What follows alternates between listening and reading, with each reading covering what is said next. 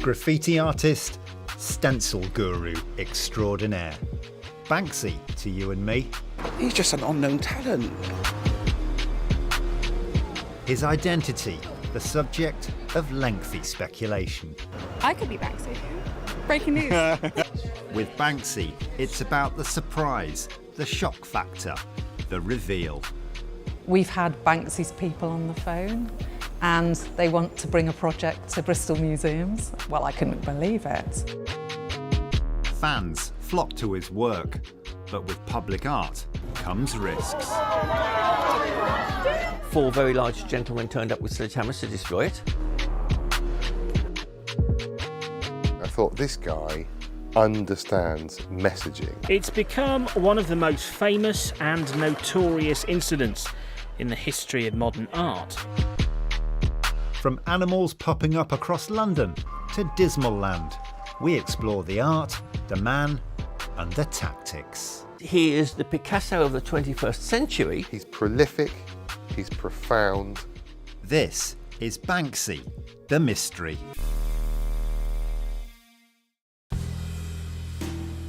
A quiet Monday morning in London in the summer of 2024. And there it appeared, a stencilled mountain goat precariously perched on a ledge in Richmond, West London. Wow, in Kew. Weird destination, but great. In quick succession, more artworks appeared. Monkeys hanging from a railway bridge, 2 elephants lovingly reaching for each other's long trunks from opposite windows. Again, Banksy had managed to get all of us talking and wondering what this new animal trail across London was all about. What's the message behind these new pieces? I own the canvas of this. This is just a poster from when it was in the museum in Moco in Amsterdam. Well, John Brandler knows a thing or two about Banksy. Oh, I think the animal trail is very clever. The police booth in London, looking like a fish tank, phenomenal, brilliant.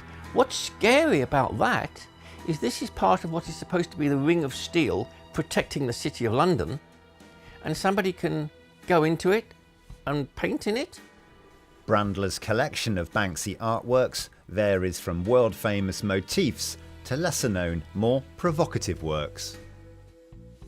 The one I really love is the gorilla lifting the shutter and letting the animals out, but they are all about what humans have done to the planet. We're killing everything off.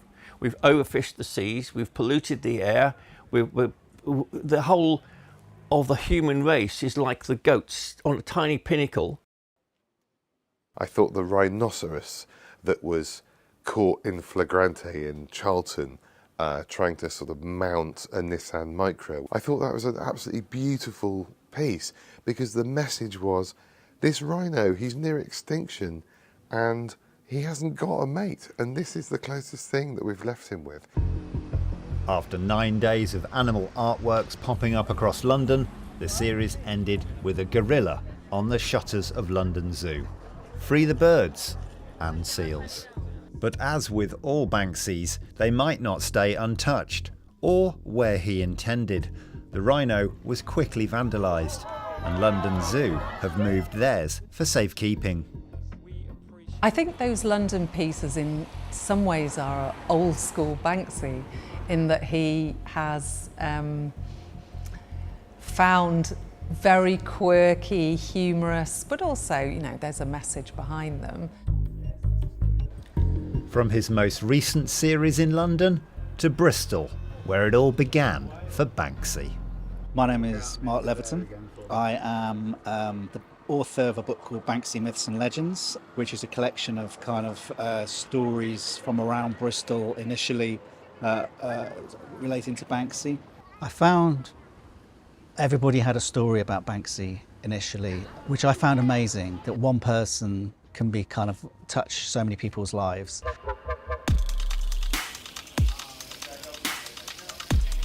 The first Banksy wall mural appeared in Bristol in 1999, called Mild Mild West. He'd been active in the city's graffiti scene, but not everyone was a fan. The initial perception of Banksy was that he was a vandal. spray painting kind of willy-nilly all over the city. He was very, very prolific. This was one of the things that really stood him out and made him kind of noticed by the local council. And he built a strong fan base in Bristol. Yeah, I mean, I think it adds to like the art culture, and I think that because he's kind of the only one doing that sort of thing where you turn up and you do it and then you leave without anyone realising, yeah. And obviously he's from Bristol, he's like part of the culture here. Who do you think Banksy is? I have no idea, but his artwork is amazing, so... Can you help us find him? Can I help you find him? I mean, I'm on my lunch break right now. I don't know how long it will take. It would probably take longer than an hour. People know who he is, and I guess, yeah, from an economical point of view, he's brings in a bit of money, a bit of tourism. There are a couple of key moments in the Banksy story that kind of show that transition from being a vandal who does graffiti to something that you'd now call street art. The one was the well-hung lover piece. He found a wall opposite the council who were on his trail trying to kind of scrub out all the work he was doing all over the city. He got some scaffolding put up, and at his leisure, undercover, he drew this wonderful picture of a naked man dangling outside a bedroom. Inside the bedroom you can see a lady, not very many clothes, and her very angry husband looking for the well-hung lover. That was a moment when the council were under real pressure to remove the work, but then did an online campaign to see what Bristolians thought whether the work should stay or go, and 96% voted in favour of keeping that piece. It's thought Banksy then moved to East London in the early noughties, and artwork started appearing there too. I used to walk around and see little rats and little stencils that were everywhere, in East London particularly, West End, down on the South Bank, all over the place really. And I began to think, is this just one person doing this? Because he's the hardest working man in street art, if so. I thought, this guy understands messaging and understands marketing, and he's doing something that's really fun and subversive and countercultural, because he's drawing on walls he shouldn't be drawing on. In 2002, Banksy created one of his most famous pieces, The Girl with the Balloon. Originally stencilled onto a bridge in London, he later painted it on canvas and released it.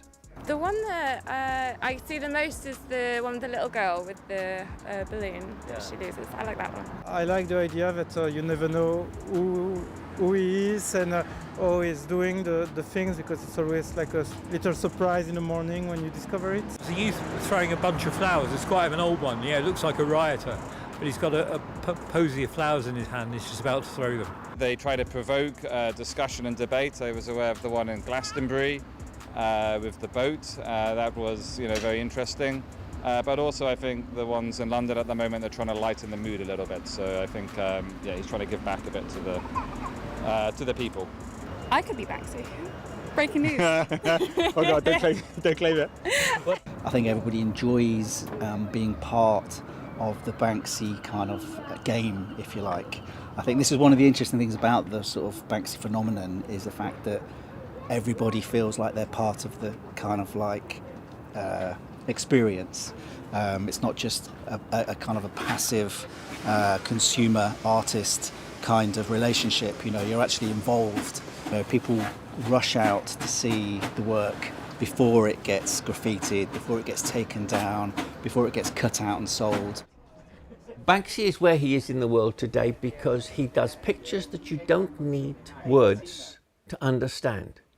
A child with a balloon will appeal to somebody in Peru or Perth, Australia, or Peterborough. Season's greetings, the boy standing in the snow, and he's not in the snow, he's actually from the pollution that's coming round the corner.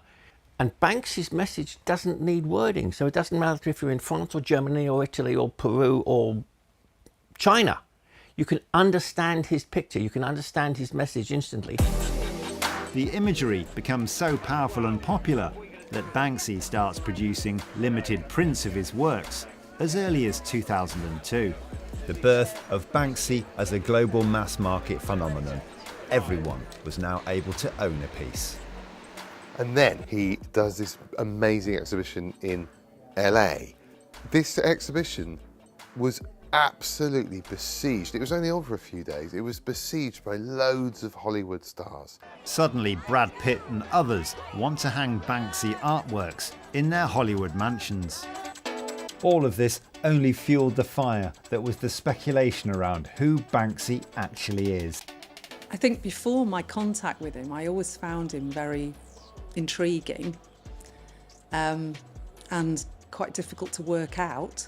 Many names have been thrown around during the years. I don't think Banksy will be unmasked because I think there have been so many attempts to try that already, and every time somebody points at a photo and says this is Banksy, there's another story that pops up saying this is also Banksy. There's lots of people who, you know, either want to be Banksy or have had a kind of finger pointed at them. Neil Buchanan from Art Attack.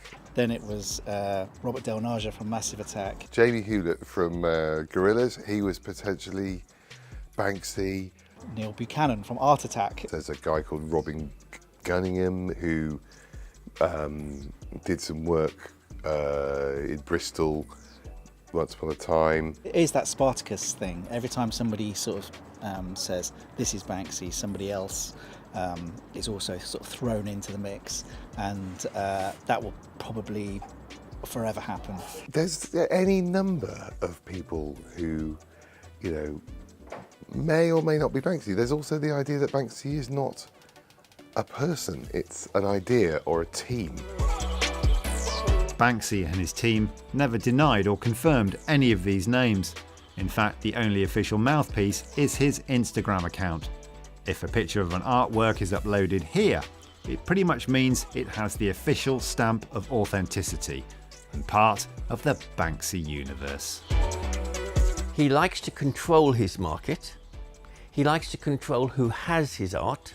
Guess what? I'm not on his Christmas card list. He likes to be a control freak, if you like.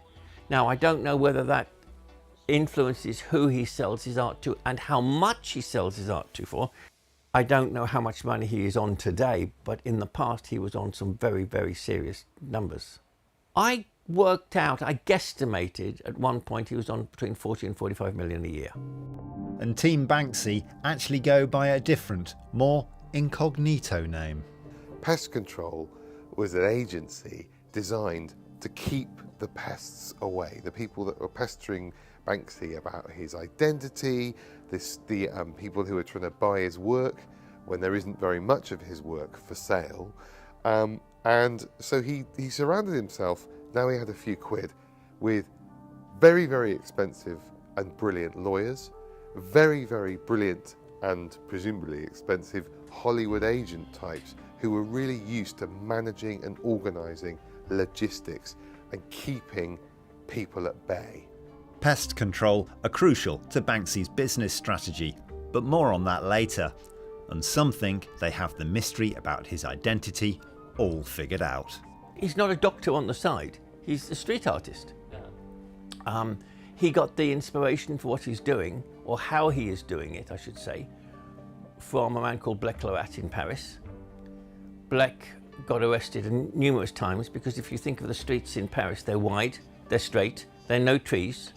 So Blek came up with the idea of instead of spending every other week in prison, spending every other week cutting stencils in his studio, and then he could go onto any street in Paris, have a look, see that there are no police around, 4 bits of blue tack, put the stencil up, spray it, and be gone in 2 minutes. He'd heard about Blek in the past, but he was doing something in particular, and he thought this is a much better idea. People want to know everything about everybody these days, which I think is part of the frustration for some people. But I think it would also ruin the mystique and ruin the surprise and the kind of that myth that we have. And actually, I think it's more fun just to not know. With increasing fame and notoriety, exhibitions started popping up around the world, showing Banksy's work. The most comprehensive was in his hometown, called Banksy vs Bristol Museum in 2009. Like everything, it was kept secret. We had to sign agreements that we wouldn't speak about the exhibition. That's one of the recipes for success for him, is to have it all kept under wraps. Banksy and his team were involved in curating the exhibition and making bespoke pieces for it.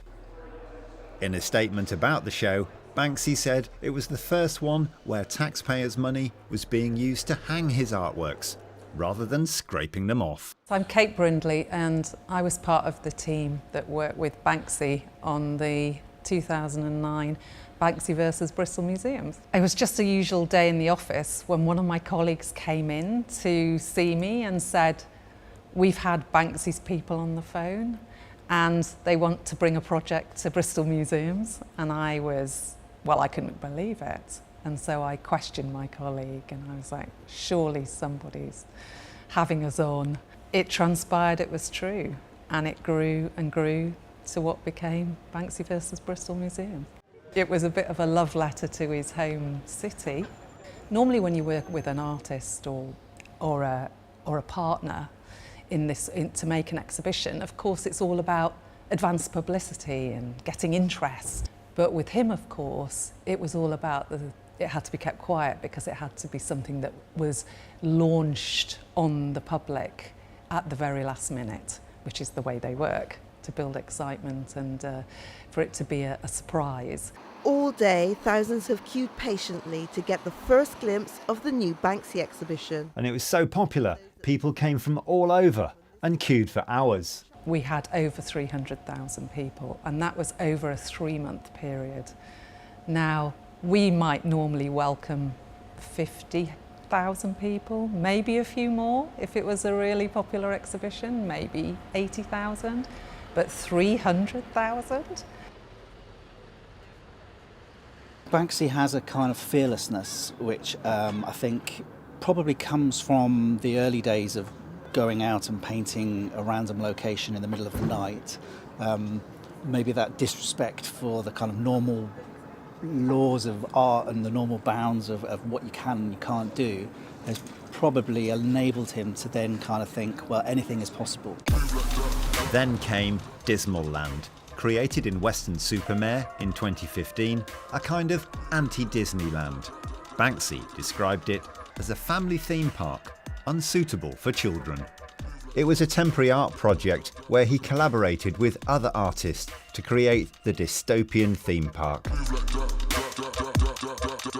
including a game where you could drive your own boat filled with migrants, and a photo opportunity where a killer whale leapt out of a toilet. Other artists who visited reckoned the park reflected some of the pressing political problems of the time.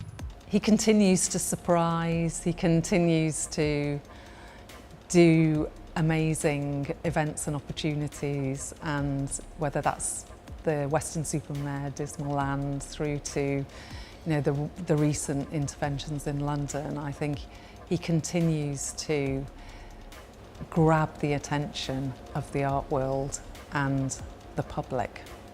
Though as Banksy's career, wealth and status have grown, some have questioned the very issues he rooted himself in.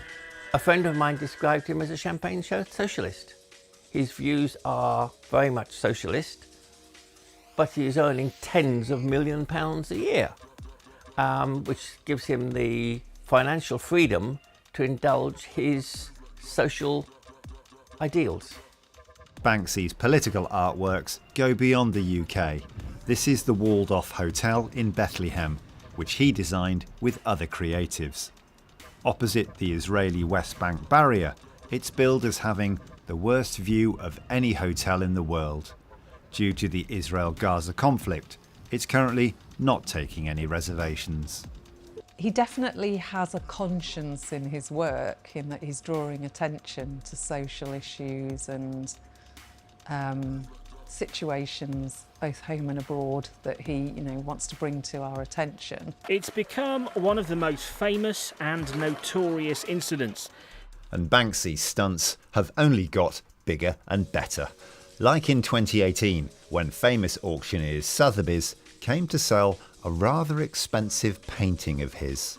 And it's shredded. Oh, what a surprise. Well, it was at the end of the sale. It should have been in the middle, normally. In my opinion, Sotheby's must have known what's going on, because you don't allow a box with mechanics in it to be plugged into your wall, and it was worth £1 million each.